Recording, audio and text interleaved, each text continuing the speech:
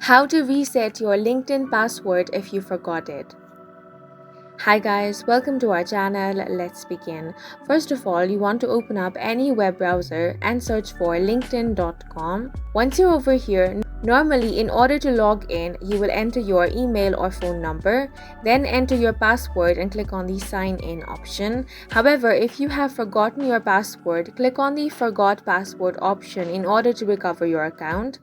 Here, you want to enter your phone number or email address. Enter whatever you use to create your account.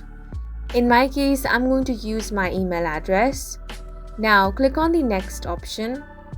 In the next step, you will have to enter your 6-digit code. You want to check your email address for the 6-digit OTP code. As you can see, I have received an email from LinkedIn. Go ahead and open that email. Here, you will find the 6-digit code. All you want to do now is select all and click on the copy option. Go ahead and paste your code over here on this box. Now click on the submit option. The next step is to choose a new password.